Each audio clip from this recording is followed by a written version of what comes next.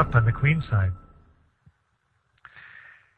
Now, black played knight d3, and actually, Mateus says he missed this move. He thought that black had to go knight g6. But, you know, actually, it's interesting. Black is, I think, kind of lucky here, because when you look at this position, let's go back a move. When you look at this position, none of black's pieces can really move.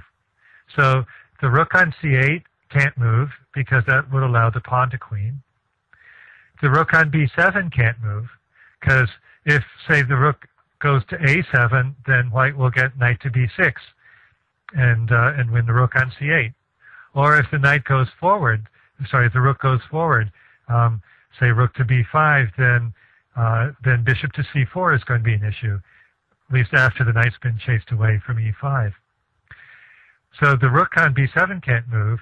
The bishop on a6 can't move, because as we saw, it has to be on a6 in order to sort of have this long-term defense of the c8 square.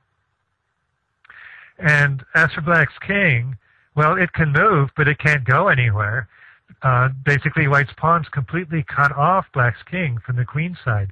Black's king is never able to come over and defend against the c7 pawn. So, amazingly enough, that pawn on c7 is totally paralyzing 4 black pieces, both rooks, the bishop, and the king. So black's only piece that can do anything in this position is the knight. And so that's why I say black is kind of lucky that he actually has something useful that he can do with that knight. So now let's go back to the game. f4, knight to d3, rook to c3, and knight to b4. So good move by black, really forced. So black is just trying to get out of this straitjacket that he's in, and exchanging off the knight on d5 is at least a good initial step to releasing this bind. Still, white is doing great. So white plays rook to c5. I think, well, I wasn't so sure what the idea of this move, but maybe he was planning to go rook to a5, and then that would put pressure on the a6 bishop, and that would be a problem for black. But in any case, black trades knights, so that's no longer an issue, and white goes bishop takes d5. Okay, so in this position, what's black going to do? Well, he could throw in a check or go to b7, b2, but I kind of like the move he plays, rook to b6. So putting pressure on really the only weak spot in white's position, which is the d6 pawn. If the d6 pawn falls, then all of a sudden black is no longer in trouble anymore, because now his king would be able to get out and his pieces would be able to wriggle out of this bind. So white has to play e5. But long term, the only way for really white to win here is to play f5 and e6. But as long as black keeps his rook attacking the d6 pawn, it's going to be a little bit difficult for white to actually play that idea of pawn to e6.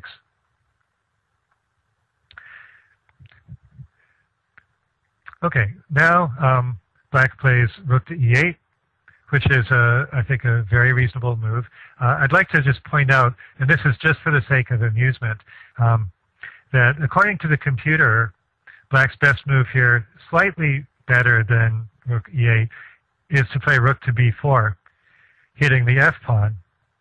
And notice that if white now pushes f5, black has rook to f4, which actually threatens checkmate on f8. So that would be kind of a surprising development. So white can't really play f5, and so his best move here is actually g3.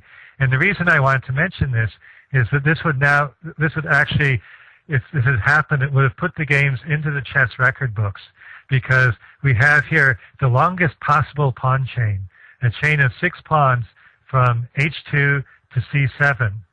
So if any of you listened to my lecture earlier on the lighter side, Crabbe's Curiosity Cabinet, one of the things I talked about in that lecture is the world record for the longest pawn chain.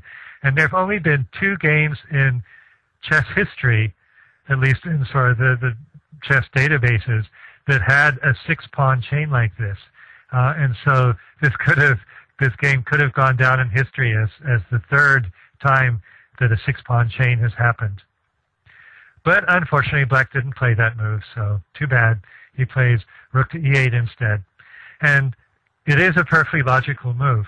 So what Black is trying to do here, basically, first of all, he wants to activate his rook, and he feels that it's better to blockade the c-pawn with the bishop than to blockade it with the rook. Not only that, by putting the bishop on c8, that also makes it more difficult for White to achieve his goal of playing f5 and e6. And in fact, also, of course, White right now can't play f5 because he would hang his e-pawn. So White plays bishop to b3 to defend the e5 pawn, and Black continues f6. So again, good move. So he's trying to chip away at this central pawn formation that White has. And of course, White can't go pawn up to e6 because the d6 pawn hangs. So, by the way, I wanted to point out something just a little bit earlier, because this is something that Matthias pointed out as well. So let's back up to e5. So actually, Matthias spent several minutes thinking about another possibility, which doesn't quite work, but it shows, the sort of the very sharp tactical nature of this position. That White was actually thinking about bishop to c6, which would be a heck of a move. If Black had to go king to e8, then rook to e5 would just be curtains. But unfortunately, Black can actually get away with rook takes bishop, rook takes rook, pawn takes rook, d7, and now king to e7 gets the king to the fence just in time. And again, if d8, then Black is able to take both pawns and end up with an extra piece. Or if pawn takes rook, again, bishop takes pawn, and Black will have the extra piece as well. So Matthias tried real hard to make that work, but didn't quite. So that's why he had to go, in this position, he had to go e5. Okay, so rook e8, bishop b3, and f6, king f2, so activating his piece. I really don't have any better suggestions so far. I think that both sides are just playing this game very, very well, and it's just fascinating to see whether is White going to be able to make these 3 pawns crash through, or is Black going to somehow be able to activate. Pawn takes pawn, pawn takes pawn. And now Black makes a really key decision. So what is Black going to do in this game, in this position? If I were Black, the first move I would be looking at would be rook to b5, because I want to liquidate that e-pawn if possible. But this move actually loses. Rook takes rook, bishop takes rook, and then e6. And it's just amazing how powerful these pawns are. Even though Black's got a bishop and a rook to defend, somehow they just don't work together. And so first of all, there's a huge threat of e7 check. And if Black tries to go pawn takes pawn, then, sorry, not d7, but bishop takes pawn. Okay, another incredible move. So sacrificing the bishop. So, White's given up a rook, he's giving up a bishop, but, but Black can't stop him from queening his pawns. There's nothing he can do. If, of course, if rook takes bishop, then the pawn queens. Or if bishop to a6, then, you just keep on pushing d7, and now the king can't get close enough. So if you try king to e7, then pawn takes rook queen, king takes, and then you queen the other pawn. And white ends up, after all that, white ends up a piece ahead. So amazing stuff, and this just shows how careful black has got to be in this position. Almost any active move you can come up with for black doesn't work. He's got to keep his rook on b6. He's got to keep that eyeing the d pawn. And his other rook, he's got to keep that eyeing the e pawn. And his bishop is still tied down defending c8. So it's just an amazing bind that white has in this position. So probably black's best move is to do something like b6 and just try to gradually untangle his pieces, maybe with king to g7, rook to f8 check. But even so, it's unclear how black is really going to be able to get out of this mess, because if he activates the rook from the 8th rank, then white's just going to queen his pawn and win a piece. Or if black tries to blockade with c8, then white's going to start being able to bring his other rook around. So it's just very hard to find any kind of a winning plan for black. And actually, I'll tell you something that the players didn't know, and I didn't know either when I was going over this game, but I found out after I went over it on the computer, which is that for many moves now, the computer actually has considered white to be better in this position. The computer says white is actually like 0.7 pawns ahead. So, which is kind of funny, because Mateus's whole psychology, as I said, was that he was fighting for a draw. And so ironically, he's actually better here, and it should be black who's fighting for a draw. But neither player had that psychology. I think both of them felt that black, with his extra rook, ought to be winning. But in this case, the 3 pawns, the 3 extra pawns, those e5, d6, c7 pawns are just so powerful that they are worth a rook. And so, the title of my lecture was When 3 Pawns Are Worth a Rook. And when they're this far advanced, they are. And, another interesting point is that rooks are actually not so good at defending against pawn chains. Bishops and queens are really effective against pawn chains, but rooks have a little bit of trouble, and we're seeing that in this game. So, anyway, so black plays bishop to c8. White plays rook to c3. Okay, and actually here's where there's a key decision for black. So black could, in this position, have played rook takes pawn. And this would then lead to an immediate draw by repetition. After rook to f3 check, king to e8, and bishop to f7 check. And black's moves are completely forced. So it's draw by repetition.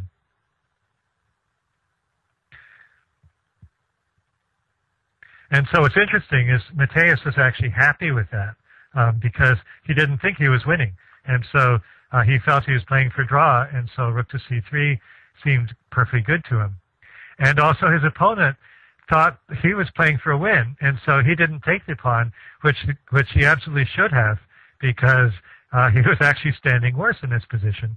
But psychologically, neither player knew about the computer's evaluation, and so so in some ways, what the computer says is almost irrelevant, because what really matters is what the players were thinking. What was going on in their heads. And what was going on in their heads is that white is fighting for a draw and black's fighting for a win.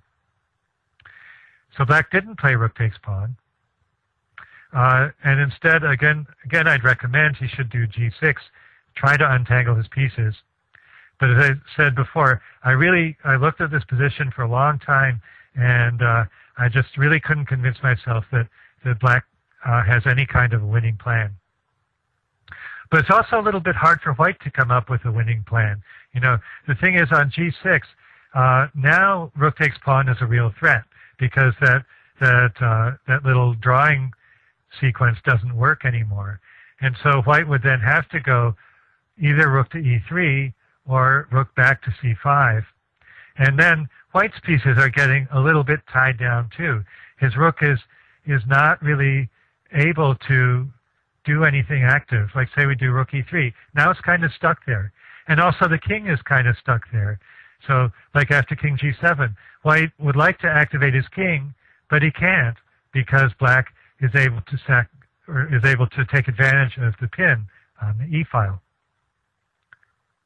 So very complex position, and I think that it would probably end up being a draw just because neither side is really able to undertake anything.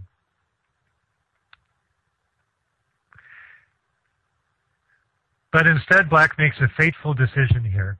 He decides to give back some of the material and plays rook to e6. So, and of course, Mateus is glad to go bishop takes rook, pawn takes bishop. So now, instead of 3 pawns for a rook, he's got 3 pawns for a piece, which is actually nominally even material. And in this position, white just goes for sort of the quickest route to a draw, which is d7, bishop takes pawn, c8, queen check, bishop takes queen, rook takes bishop check. And here he offered a draw, and black accepted because, well, at this point, you know, black's a pawn down, so he's definitely not playing for a win anymore. And you can ask whether white should have actually continued playing for a win in this position. If I were white, I probably would have kept going a little bit longer, king f7, and see if I might be able to turn this into something. But I think objectively it is probably drawn. If white tries to start pushing his pawn, like with a4, then black's rook is just too active. You get rook to b2 check, king f3, rook b3 check, and you know, if white tries to break this checking pattern by bringing his king to the queen side, then black is able to munch up the king side pawns and then bring his rook back, maybe sack his rook for the pawn, but I think that this should be a draw in endgame. And the computer thinks so too. The other option here, which the computer likes a little better, is rook to c2, but this is really not a way to play for white to play for a win. He might be able to hang on to all of his pawns, but he's not playing actively enough. And black is going to be able to do something like rook to b5, and you know, if white plays rook to e2, now he's completely passive. The rook is in a completely passive place, and white is not going to have any way to win this endgame. So anyway, as I said, Mateus was happy with the draw, but let's see what he should have done, because actually white has a win in this position, which Mateus actually points out in his email, because he went over this game with the computer as well, and the computer comes up with this beautiful win for white. And so if you want to look for it yourself, I'd urge you to hit the pause button and see if you can work out how white wins this game. Okay, so the idea is rook to b3. And Mateus in his notes says he can't really call this a time trouble blunder, because even if he'd had plenty of time, he still wouldn't have come up with this move, because it looks as if he's just going into an endgame of 3 pawns versus a bishop, where the 3 pawns are going to be comfortably blockaded, and so there's no way for white to win. But actually, let's look a little deeper. So, first of all, black has to trade rooks. Okay, he can't turn down the trade, because then white goes into b8 and wins the bishop, wins the game. So black would have to go rook takes rook, pawn takes rook, and now king to e8.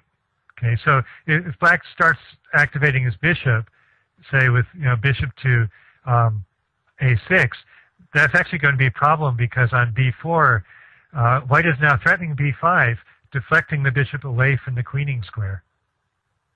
So black still has to be careful. And so king to e8 is best to try to get the king into the vicinity of white's pawns. So white, of course, plays b4, king to d7, and now b5. And just in the nick of time. So this is a beautiful point that the pawn on b5 now prevents black's king from coming to c6, which it really needs to do in order to keep white's king out of the position. So amazingly enough, even after all of this time, white's pawns are still creating a bind on black's pieces and keeping them from going to the places where they want to go. Okay, so now black would play bishop b7, natural move. And now the final key point, king to e3, exclam. Okay, so white is perfectly willing to sacrifice that pawn on g2. His point is that he's going to march his king into black's position along the dark squares. So notice that if white were forced to move his pawn to b6, then the game would be drawn because black would have an unbreakable blockade. So if white were to mess around and play g3 first, then black actually draws the game by bringing his bishop around, attacking the pawn, and then setting up his blockade.